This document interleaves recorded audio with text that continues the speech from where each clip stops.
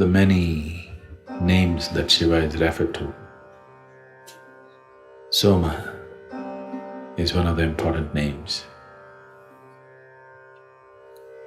Soma literally means intoxication. If there is no intoxication, you will never be mad enough to jump into the ultimate void, which is only liberation. So, Soma or Somasundara is one of prominent names of Shiva. Always inebriated, but fully alert. So,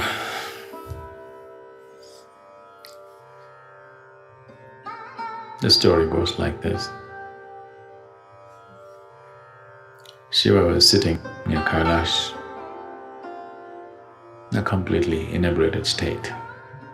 The news spread all over India that there is a man sitting, so magnificent a man that slowly year after year, people started making the pilgrimage. There was a girl who was a princess in the Himalayan kingdom. Her name was Parvati. And when she heard this, she said, I want to go and see him. The moment she set her eyes upon him, she just so completely overwhelmed by him. She said, if I marry only this man. Then somebody else played a conspiracy and he decided to get married. A big wedding was organized. Anybody who is anybody is there. The bride is all decked up, everybody is waiting for the groom to come. And the groom came. Shiva walked in, ash-smeared, dreadlocked, fully inebriated. And all his friends, these goblins and demented beings, making all kinds of noises. Parvati's mother Meena saw this man and his friends, and when she thought that her daughter is going to marry this man, she just fainted and fell. Then they revived her and she was completely heartbroken. How can I give my daughter to this man? He's wild, he's completely uncivilized. He's not even a man, he's something else. So Parvati went and begged Shiva, for me, whichever way you are, for some reason you put on a hideous form and come, this is also okay with me. But for my mother's sake, just show a better form. Then he said, okay. And then he turned into a very graceful and beautiful form, which was referred to as Somasundara, drunk but beautiful, completely inebriated, eyeballs up, but he became utterly beautiful. Then Meena revived and looked at this magnificent man standing there, and she said, I would like to give my daughter to this man, not to that one. So, inebriation, intoxication is an essential quality of meditativeness.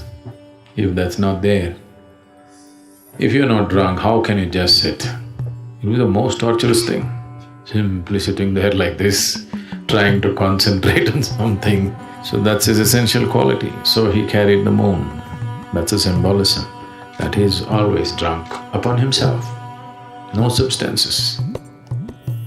So when we said Shiva constantly drank Somarasa, he was not an alcoholic. He just imbibed the moonbeams which he carried always in his hair and constantly drunk.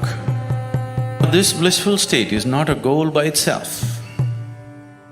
These blissful states eliminate the fear of suffering. Only when the fear of suffering is gone, only when this idea, what will happen to me, is completely eliminated from you, you would dare to explore life. Otherwise, you only want to protect it. Whether a career or a business, it's all about security. Marriage is about security. Everything is about security.